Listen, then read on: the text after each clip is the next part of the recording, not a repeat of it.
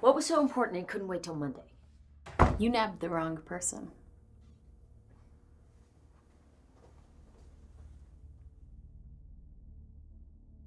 This case is closed. This is the case I'm using for my thesis on the 7 sins of memory. You are done moonlighting, Sean. You shouldn't even have access to these If you won't listen to me, then someone else will. It wouldn't look very good. Okay, fine. What did you find? First, the 7 sins of memory. Transience, blocking, absent-mindedness, misattribution, suggestibility, bias, and persistence. Terrific. Psych 101.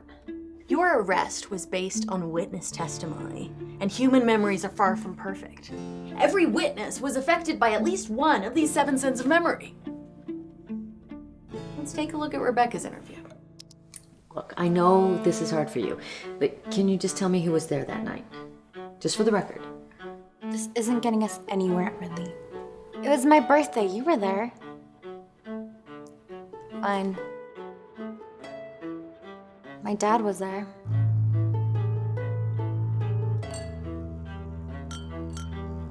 My best friend Tierney was there.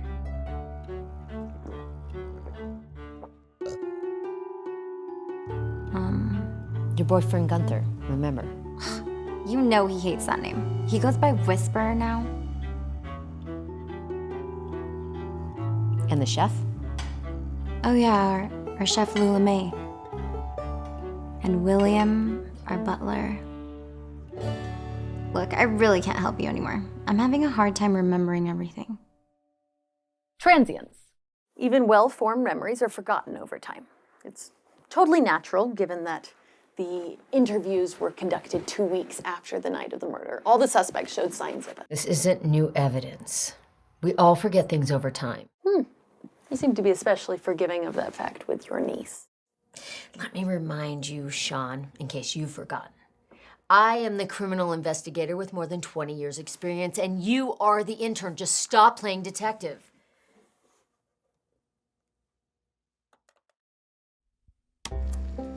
Thanks for giving us permission to film today, Lula May. Y'all better shake a leg. I ain't got no time to gossip. Oh, I just want to ask you one question. What were you making the night of the murder? Harry choked to death after dinner. Beg your pardon. I thought y'all was asking questions, not pointing fingers. That was a question. What were you making for dinner? I'll tell you.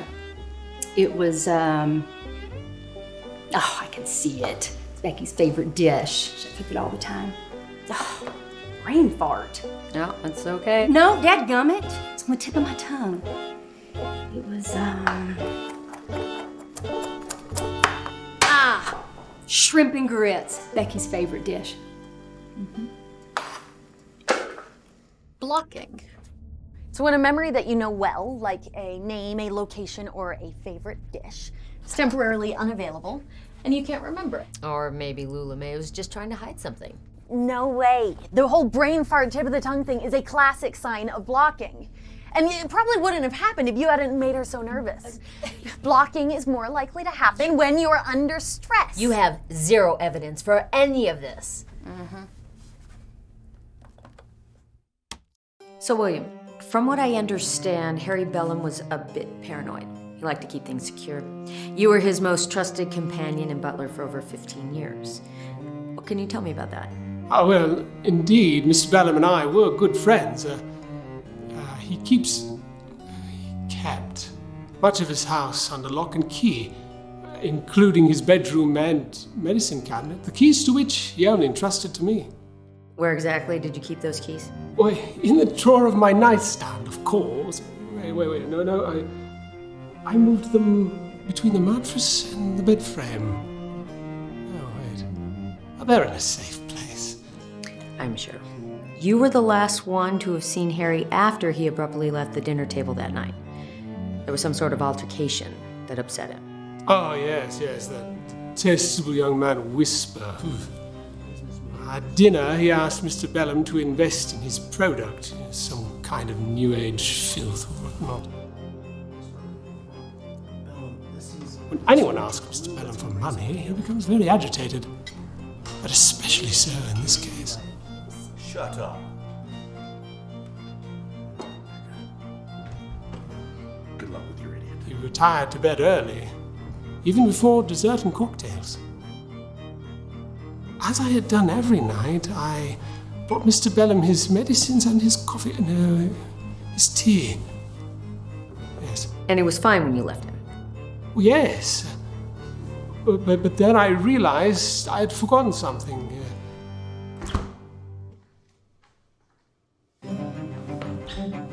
His creamer. No, yes, his creamer, yes.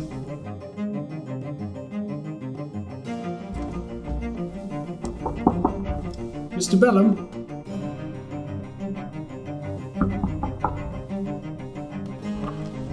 Mr. Bellum?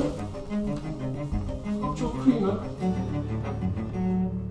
Oh, dear Lord. I found him just like that. Oh, dear. Absent-mindedness. People don't form strong memories because at the time the memory was formed, they were too busy, distracted. Their brains were trying to process too much information at once. Actually, I agree with you. William was absent-minded. He was so preoccupied with lying to me that he couldn't get his story straight. You're jumping to conclusions, and that isn't how absent-mindedness works. It happens at the time of memory formation, not at recollection. William probably forgot those details because he was just so busy during the party. And you have forgotten that William himself told me he had the key to Harry's medicine cabinet. You are so wrapped up in your thesis that you have forgotten the basic facts of this case, which, by the way, I already solved. We have more to watch. Whisper, Tierney, where was everyone at the time of the murder? The cook was in the kitchen. Pretty ironic if you think about it. The butler was waiting on us mostly, but there were a few times right before the murder happened that he disappeared. Sketch. I could see Rebecca's aura was in a bad place. She ran upstairs after her dad left. Yeah, but you followed her, right? Shouldn't you know that already? Yes, thank you, Tierney. Rebecca was with me in her room at the time of her father's death. Oh, what about you two? Totes. Well, after you and Becky left, it was like kind of awkward. So me and Wispy went out here to watch TV. And what can you tell me about William's behavior? The butler. Way sketch. He was acting really weird. Oh my gosh, I just remembered. He had a knife on him. And then Becky's dad shows up stabbed later on. Coincidence? No. Harry choked to death. Oh no. I did it again. This house looks exactly like the house from that show. Lula May was the one with the knife anyway. What show? We were watching this show, SCI, Suburban Crime Investigators. The murder on the show happened in a house like this. I'm such an idiot. No. Well, yes. She's remembering something that happened on TV as though it happened in real life. You cannot assume that a suspect is stupid. Tierney might be playing dumb just to hide her involvement in the murder. I don't buy it. It's a classic example of misattribution. Misattribution occurs when you attach a memory to the wrong person, place, or time. Like if you remember a Shakespeare quote perfectly, but mistakenly recall that it was written by Charles Dickens. Or you watch a television show and you think those things happen to you. You'd be amazed how often it happens. She also mistakenly attached the memory of the knife to William instead of the cook. 2 examples of misattribution in one. But Lula May's knife wasn't the real murder weapon anyway.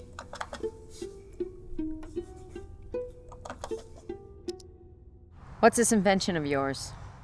It's not an invention. It's consciousness manifested physically. And like an open mind, it absorbs wisdom. Whoa. Oh yeah, it's like one of those grow your own dinosaur capsules you get at the dollar store. You're so unconscious. This rapidly dissolving capsule reveals your own divine mother.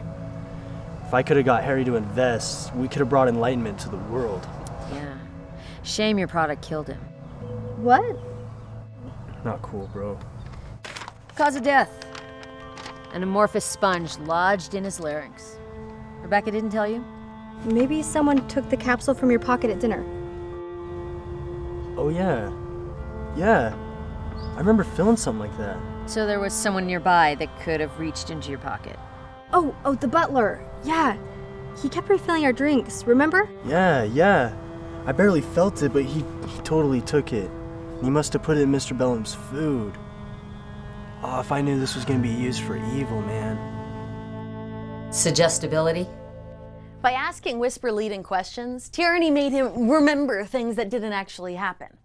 And you just egged them on. But William did take the capsules from Whisper at dinner. That's pure speculation. For all you know, Whisper could have killed Harry himself.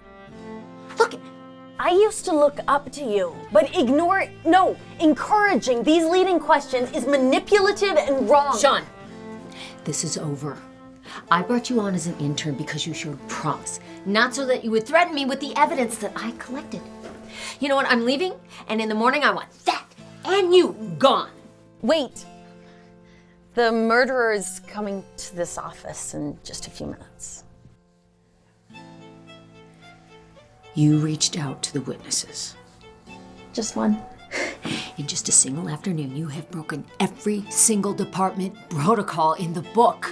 The murderer is in jail. You cannot just call up whoever I you want. wouldn't have called unless I was certain I was right. Let me prove it to you.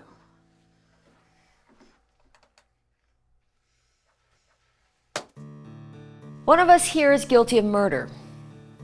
I've listened to each of you, and I've taken our interviews very seriously. But after 2 weeks, Transience says that everyone's memory of the event is fading. Lula May, during our interview, you were nervous. You forgot obvious details about the night of the murder, and you prepared the meal that Harry ate just before he choked to death. Classic blocking. She was so stressed from your accusation, she couldn't remember the name of a dish that she makes all the time. William, the story you spun for me is a bit messy. Because his absent-mindedness kept him from forming proper memories. And then our friend Tierney. You had a decent alibi. But do we believe someone who can't tell the difference between TV and reality? That was a simple case of misattribution.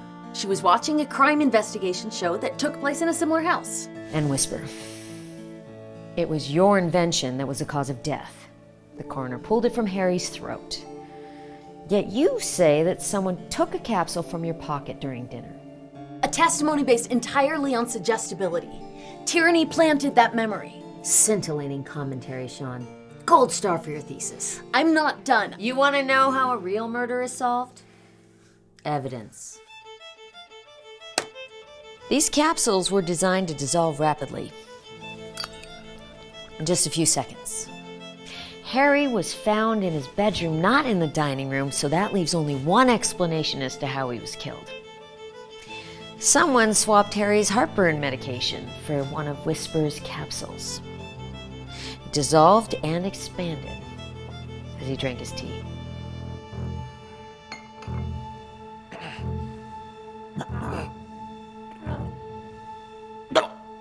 So where was everyone at the time of the murder? It would seem likely that Lulu May was in the kitchen, washing dishes. Maybe. Maybe not. Whisper and Tierney. You both claim that you were lounging poolside watching television. Again, no one there to corroborate your stories.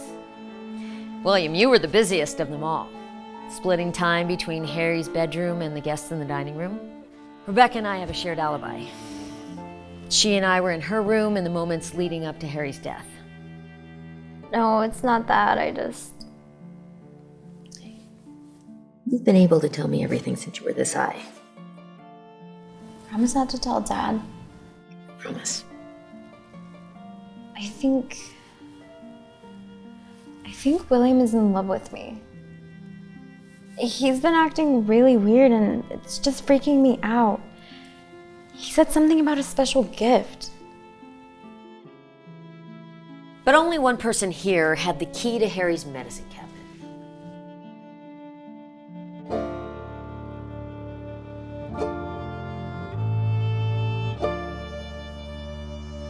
William. Why did you do it? It's always the butler. Allow me to answer for you. On Rebecca's 21st birthday, she would have access to her father's fortune in the event of his death. I gave you a birthday present. You'll never forget. I don't want your stupid present.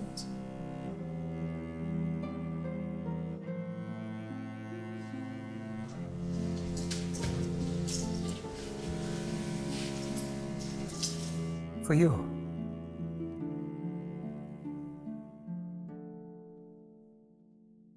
Explain that one to me, Sean.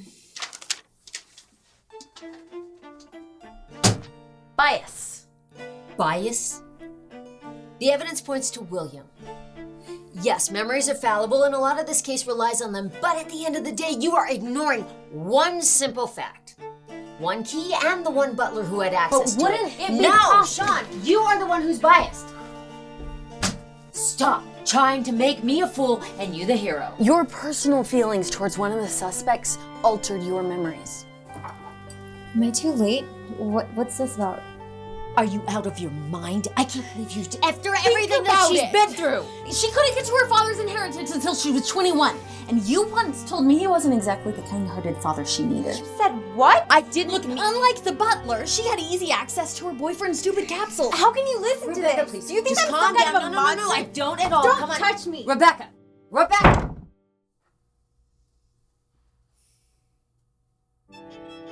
Out. You just let the murderer get away. Again. Murderer is in jail, Sean. Were you with Rebecca in her room at the time of her father's death? Yes. You're positive? Yes. She didn't leave the room at any No. point to go to the bathroom, No. to blow her nose, No. to anything. Wait. She went to the bathroom to clean herself up. I forgot. And as I recall from the house blueprint, Rebecca's bathroom has a window. Don't you think it's possible that she could have climbed out the window, snuck back into the house through William's window, stolen his keys, unlocked the medicine cabinet, and replaced her dad's heartburn medicine? She could have been back in her bathroom without you ever knowing. Ridley, what if Rebecca was counting on you being at the party that night because she knew you'd be the one to investigate and you would never point the finger at her?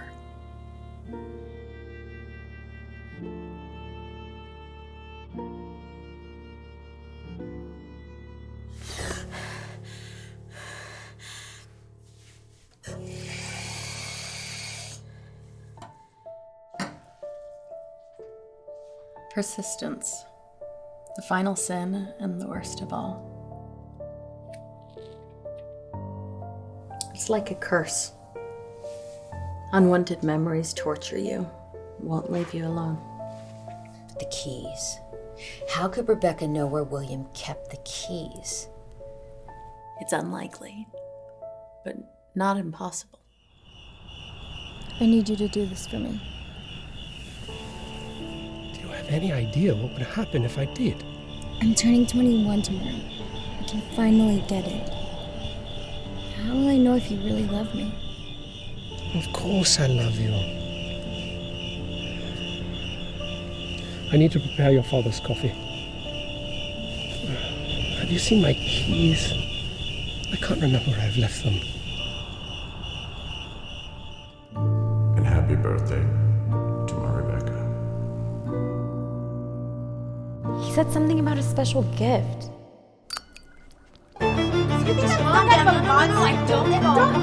Rebecca, For you. someone swapped Harry's heartburn medication. It's like a curse. Unwanted memories torture you. I gave you a birthday present. You'll never forget.